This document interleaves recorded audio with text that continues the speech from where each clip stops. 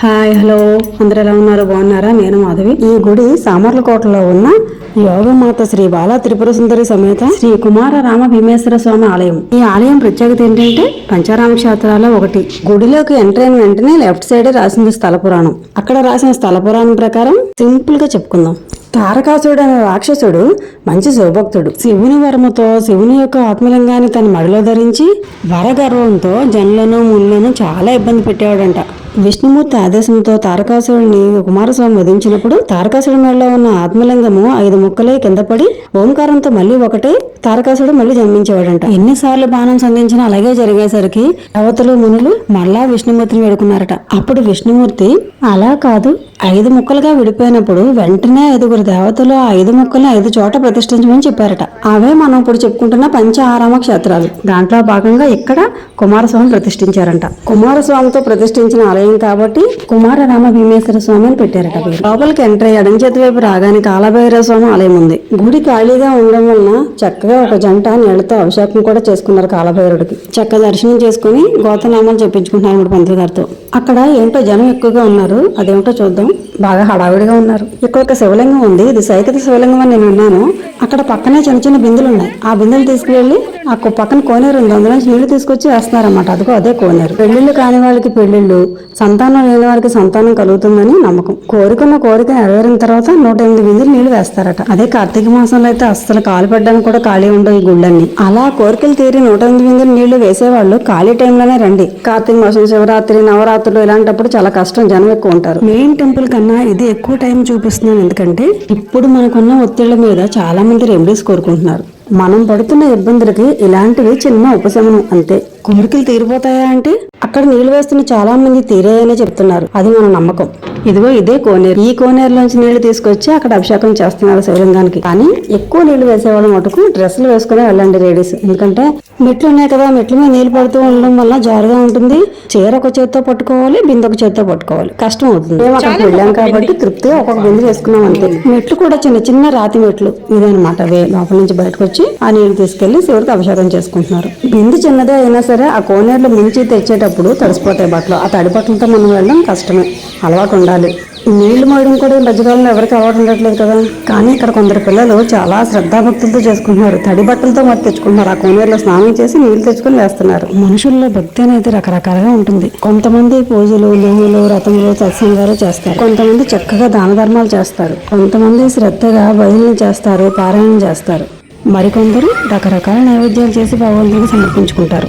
ఇంకొందరు ఇలాంటి రెమెడీస్ చాలా శ్రద్ధగా చేస్తారు. ఎవరి విధానం వాళ్ళది. వీటిలో ఏది తప్పు కాదు.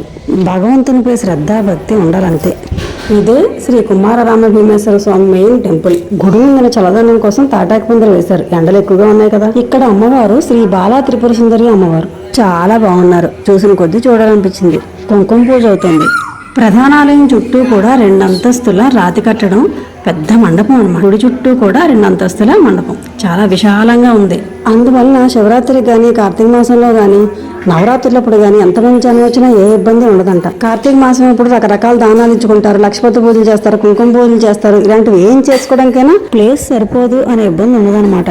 ఎక్కువ రష్ ఉన్నప్పుడు చుట్టూ కూడా పందిర్లు వేసేస్తారు. దానివల్ల రెస్ట్ తీసుకోవడానికి కూడా ఏమి ఇబ్బంది ఉండదు. ఒక ఫంక్షన్ కానీ మే నెలలో వచ్చాము ఇక్కడికి, కాబట్టి ఖాళీగా ఉంది. లాస్ట్ ఇయర్ కార్తీక మాసంలో కూడా వచ్చాము. ఆ వీడియో కూడా లాస్ట్ లో పెడతాను చూడండి. చాలా రష్ గా ఉంటుంది. అక్కడ ఎవరో కొంతమంది సామూహికంగా లలిత సహస్రనామం మీద చదువుతున్నారు. చూద్దాం పదండి.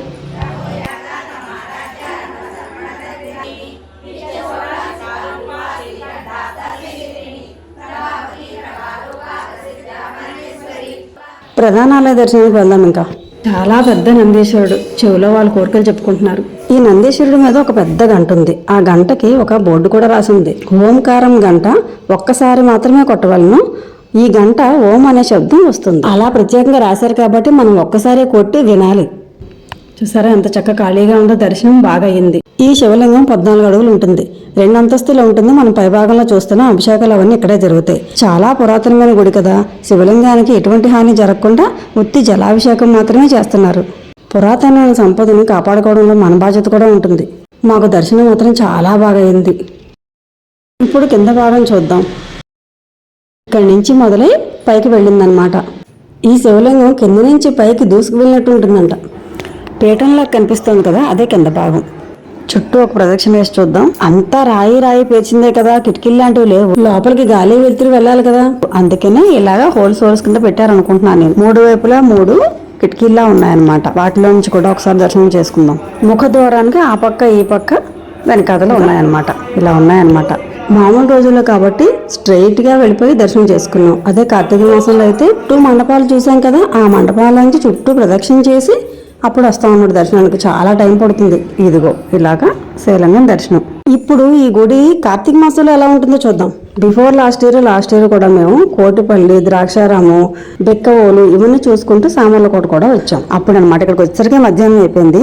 ఆ టైంలోనే ఎంత రష్ ఉందంటే మార్నింగ్ కానీ ఈవినింగ్ కానీ అయితే ఫుల్గా ఉంటారనమాట. ఇక్కడ ఎక్కడి నుంచో బస్సులు, కార్లు, పంచారామ క్షేత్రాలన్నీ చూసుకుంటూ వచ్చారు. చాలా రష్ ఉంది. ఇంకా దర్శనానికి కూడా టికెట్స్. ఈ ఆలయం క్రీస్తు శకం 892 వరకు తూర్పు చాళుక్యులచే నిర్మాణం కొనసాగిందని పురావస్తు శాఖ వారి సర్వే ప్రకారం తెలిసిందంట. గుడి లోపలికి వెళ్ళగానే ఎడం వైపు స్థల పురాణం రాసి ఉంటుంది. ఆ పక్కన కాలభైరవ స్వామి టెంపుల్ ఉంటుంది. ఇందాక వీడియో చూసారు ఎంత ఖాళీగా ఉందో, ఇప్పుడు ఎంత రష్గా ఉందో. రైట్ సైడ్ అంతా భోజనాలు పెట్టేస్తున్నారు. కార్తీక మాసం కదా, చాలా రష్గా ఉందన్నమాట. చూసారు కదా, ఈ మండపాలు అన్నింటిలో తిరుక్కుంటూ దర్శనానికి వెళ్దాం అన్నమాట. డైరెక్ట్గా వెళ్ళడానికి ఉండదు, ఎందుకంటే రష్ ఎక్కువ కదా. చుట్టూ ఎండ తగలకుండా టెంట్లు వేసారు. కింద అన్ని పూజలు జరుగుతున్నాయి, దానాలు పూజలు అన్నీ జరుగుతున్నాయి అన్నమాట. అదిగో ప్రధాన గోపురం, అక్కడికి వెళ్ళాలన్నమాట మనం. కార్తీక మాసంలో శిలాదానం, దీపదానం అన్నీ ఇస్తారు కదా, ఎక్కడికక్కడ పంతులు ఉన్నారు, చక్కగా తీసుకుంటున్నారు. మనం ఖాళీ టైంలో వెళ్ళేటప్పుడు చక్కగా ఈ నందీశ్వరుడు పక్క నుంచి వెళ్ళిపోయాం. ఇప్పుడు చుట్టూ తిరిగి వెళ్తున్నాం. ఒక్క కార్తీక మాసంలోనే వెళ్ళాలని ఏమీ లేదు, ఎప్పుడైనా వెళ్ళొచ్చు. మనకి దర్శనం బాగా జరగాలి ప్రశాంతంగా. ఎక్కడెక్కడి నుంచో ఏ ప్రయాసాలు పడి వస్తాం కదా, ఆ దర్శనం బాగా జరగకపోతే మనకి బాధ కలుగుతుంది. అందుకే ఇంత రష్లో కాకుండా చక్కగా ఖాళీ టైంలో వెళ్తే హ్యాపీగా దర్శనం జరుగుతుంది. చూసారా, అది దర్శనం. ఇంకా అలా చూసుకుంటూ వెళ్ళిపోవడమే. ఒక్క క్షణం నించోడానికి కూడా ఉండదు కార్తీక మాసంలో వస్తే.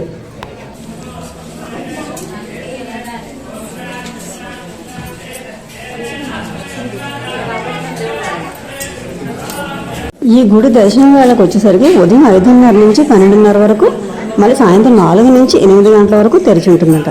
ఆ టైమింగ్స్ బాగా గుర్తుపెట్టుకోవాలి, లేకపోతే అక్కడికి వెళ్ళి చాలా ఇబ్బంది పడతాం.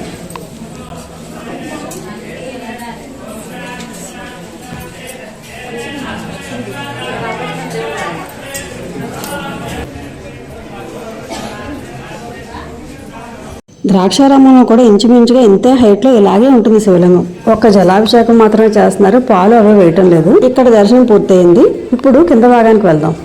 ఇది కింద భాగం అన్నమాట. అభిషేకాలు, పూజలు అన్నీ పైనే జరుగుతాయి. కింద భాగంలో మాత్రం మన ఓన్లీ దర్శనమే. ఆ మండపంలా కనిపిస్తున్నది కింద భాగం అన్నమాట. శ్రీ బాలా త్రిపుర సుందరి చాలా బాగా అలంకరించారు. కార్తీక మాస శోభతో అద్భుతంగా ఉన్నారు.